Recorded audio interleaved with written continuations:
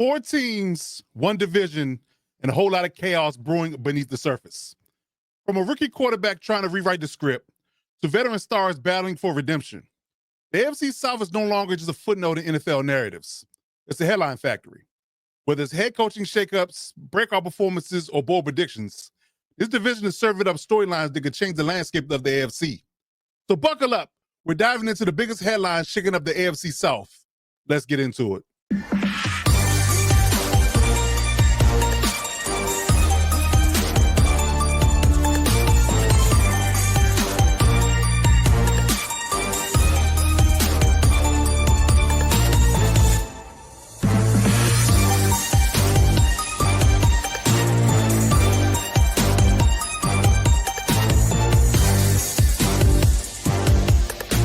AFC South could be a sneaky division. There's a lot of interesting storylines that's going to happen in 2025 that could play out into be a sneaky division getting into the AFC playoffs in 2025. And I like to believe that if teams have the things break right for them, and based upon these headlines we're going to cover for each team, it definitely could shake up to be an interesting division. And we may be talking about getting maybe more than one team in the playoffs and come December of 2025. So I'm going to break down each headline I have for each team in this division. And I'm going to tell you exactly what it's going to take for them to be able to accomplish this headline.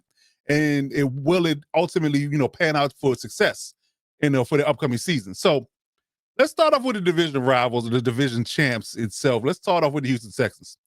So what is the biggest question the Texans need to answer in 2025? And I think it's no secret, but I think it's actually twofold in this space. I think, most people harp on the fact that the offensive line is a revamped unit. But I think that is a twofold thing. I think that it's more of a, can the O-line unleash these weapons? Because I don't think people are really, really paying attention to the fact that the Texans completely and utterly reshaped their offensive weaponry in 2025 in the offseason.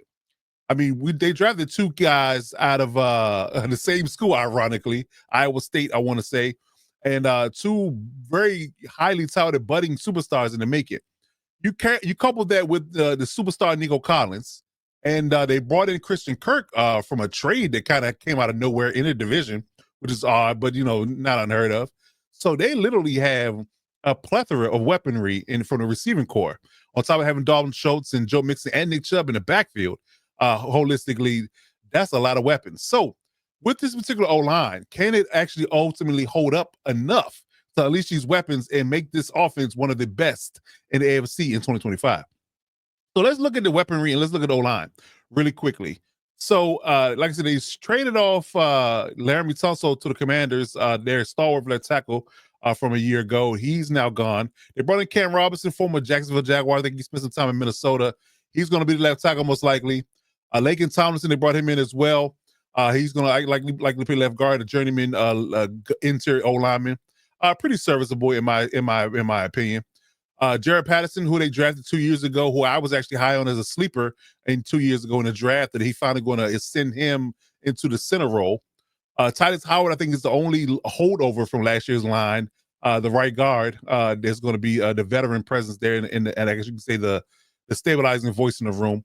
And the guy they drafted in I believe the second round is Thierry Isari. I'm going to hope I didn't butcher that too bad. The rookie they're bringing in to play right tackle, which is a highly rated right tackle that came in from the 2025 draft. So got him signed, got him on the books, for 2025. Finally, after the debacle or the melee with the second round picks contracts. But I honestly, and truly think that this O-line isn't bad as people think. I think if Cam Robinson can get back to the Jacksonville Jaguars days and playing left tackle, Lakin Tomlinson is serviceable interior O-lineman. I mean, he's not top tier, but he's not trash. I think Jared Patterson's about a superstar. I think Titus Howard is the reason why they kept him as the lone star guy from the O-line that they had from last year. He's a serviceable guy. And the right tackle pans out like they drafted him to be, this O-line could be good. I'm not saying it's going to be, top flights, top five. But, you just have to be good enough in a sense. And the reason why I say that, because if you look at the right of the screen, this weaponry that they have going into the 2025 season for CJ Stroud is elite. This might be one of the best receiving corps in the league that people, bar none, that this O-line can hold up. Let's just keep it honest. Nico Collins is the clear number one. You have a highly skilled Jaden Higgins coming in as a rookie Christian Kirk as your slot receiver, Jalen Noel is your fourth receiver, and then Dalton Schultz is your tight end. That's 4 to 5 stars right there, from the jump. Let's just be honest about it. You got, I mean, just the size aspect of it on the outside with Nico and Jaden. Christian Kirk is a prototypical slot receiver that has ridiculous catch after yards after catch ability. And Jalen Noel was a yak machine as well at Iowa State. So, and Dalton Schultz is no sleeper at tight end either. So this offense can really good. It really can be good. Now, if it's what I think it could be, then they just might run away with the division, all honesty, because their defense, on top of this particular offensive skill set, this talent level in this offense, this could be a top 5 team. In all honesty, if this O-line holds up, this could be a top 5 team. Let's just keep it honest. If they stay healthy and they stay locked in, with this particular lineup, if this O-line holds up, I think it can, just enough. I'm not saying that they won't have their concerns against better teams, but if they can hold up enough to get these guys open in short areas and short spaces against other teams, it's gonna be a nightmare to cover. In all honesty, you just can't focus on one guy.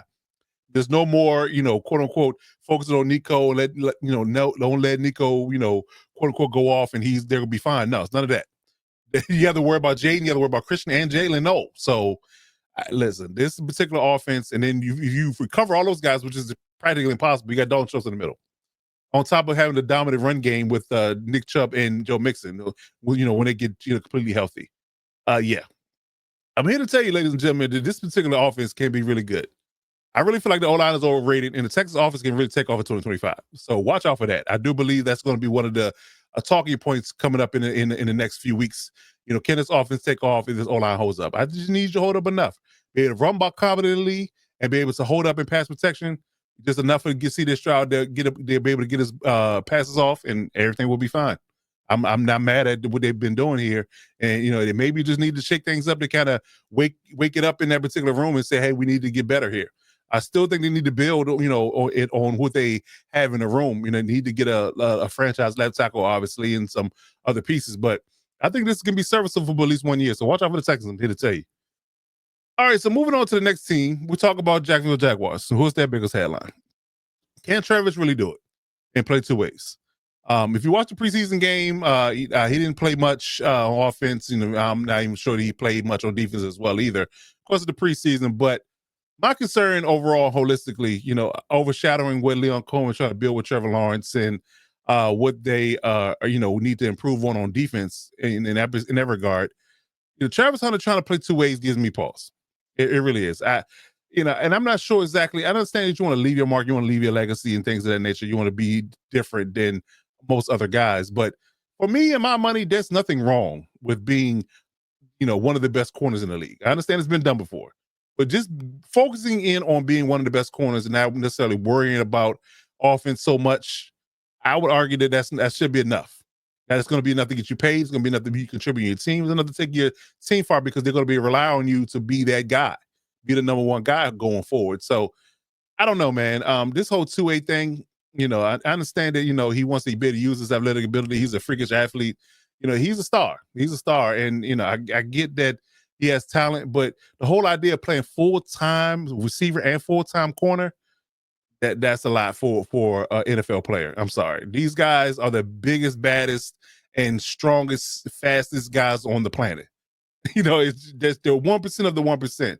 And you're going to tell me that you're going to line up and assign yourself to be able to have to tackle Derrick Henry and Nick Chubb and all these guys, in the AFC in particular, on about 30 plays a game, and then play 30 plays on offense as well.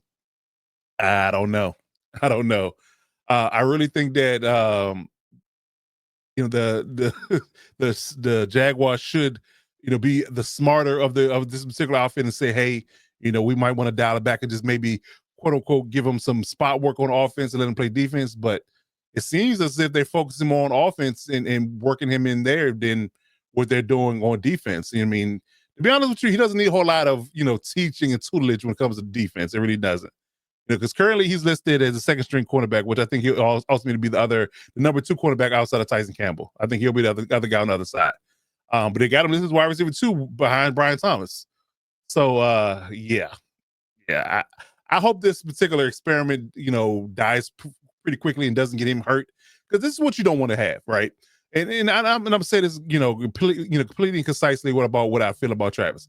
Travis can be an all-time great. He can be a Hall of Fame player. Could be one of one of a kind. He really could be, the best we've ever seen at one position, right? But he has to play one position, because in all honesty, this whole idea of playing two positions, if you get hurt in a very dramatic way, it could really hamper your career before you even get started. I'm sorry. I just can't see myself, signing up for both of those particular, tasks, just trying to do something different. I mean, sometimes just being different isn't a great thing. It just isn't. This hasn't been done in the history of the game, that you being able to be a full-time receiver and cornerback on the same time in the same team. I don't see it. I don't see how they figure like it's gonna work, but he's gonna try it.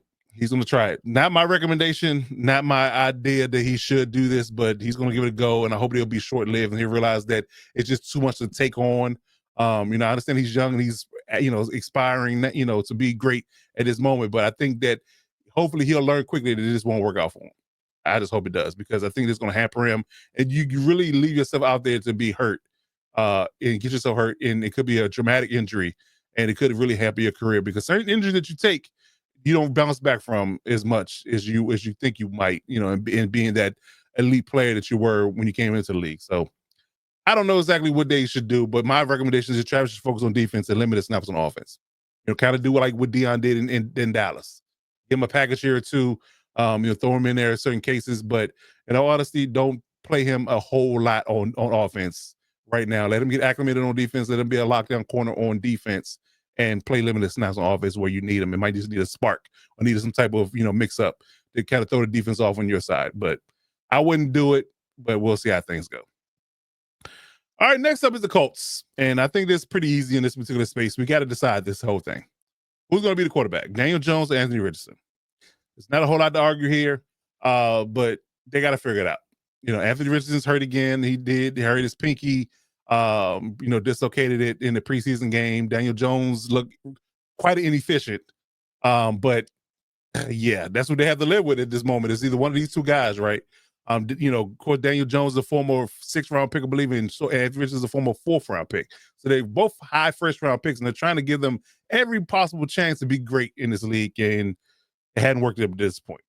Anthony Richardson's ability to read and pick up blitzes and things of that nature, call the right line calls. Maybe that's too much for him to handle at this moment. His O-line isn't doing him a whole lot of favors either. Trying to talk things out. The reason why he got blindside hit in that game.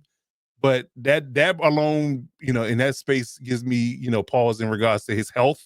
And Daniel Jones' inefficiency just tells me that he's really not that guy.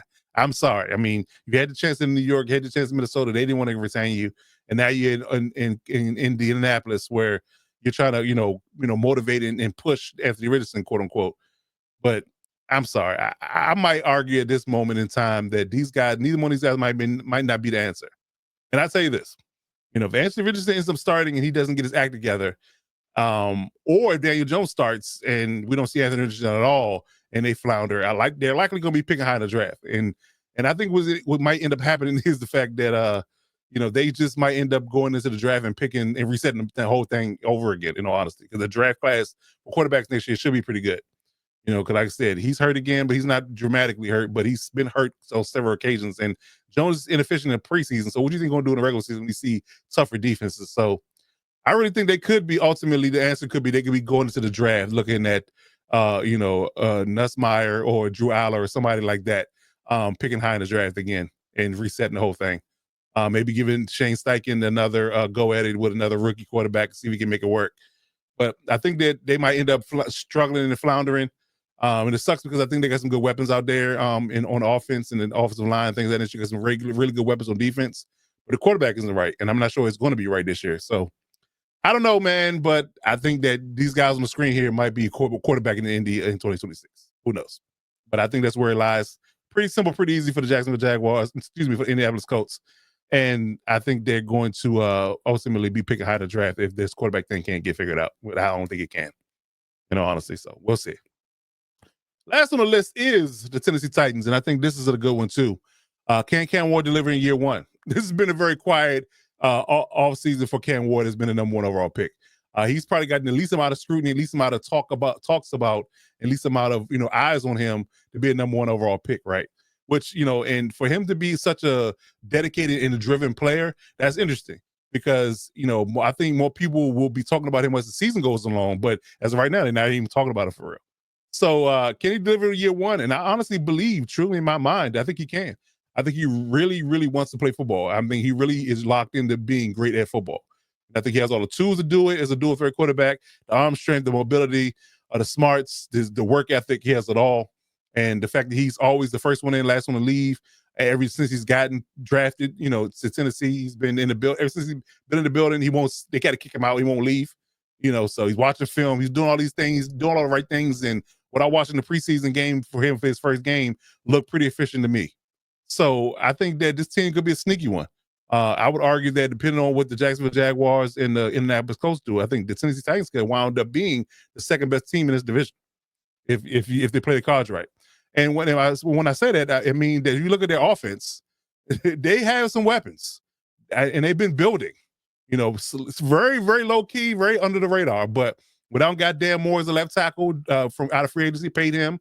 Drafted Peter Skoronski a couple of years ago. He's been good.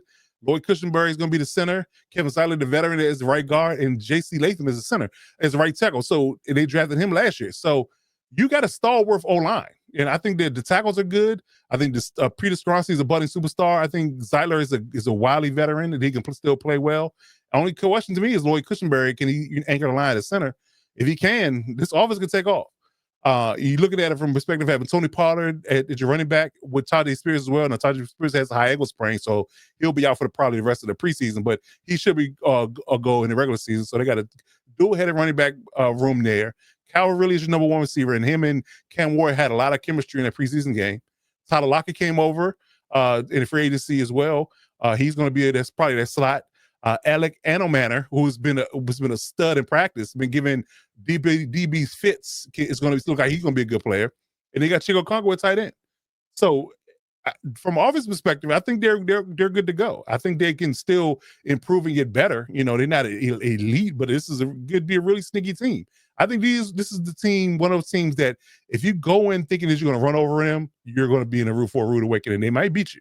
They might beat you. And it's all depending on what Cam Ward can do. So I really believe that ultimately that he's going to be the guy. I think this could be a dark horse team. I think the Tennessee Titans is going to be a dark horse team going into 2025, and we'll see how things roll, man. But if things shake out, because I think their defense is good, there's probably always been a strength of this team for the last 4 to 5 years. Defense is good. Offense is improving and extending, and Cam Ward is going to be the center of all this. If he's good as advertised, it's going to be a dark horse team. And if things break right for them, especially early on in the season, you could be looking at maybe a sneaky seventh overall playoff team, the last playoff team to get in, maybe not. But I think they'll be knocking on the door. They won't be picking high in the draft. I do believe that.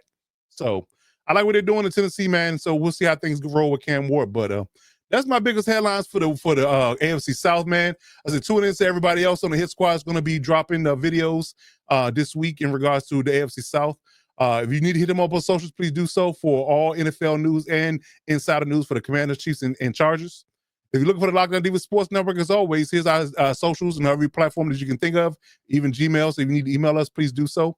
Hit that subscribe button, let you know the algorithm is booming out there. We're doing big things out there. We're trying to grow the channel to high heights and deeper depths.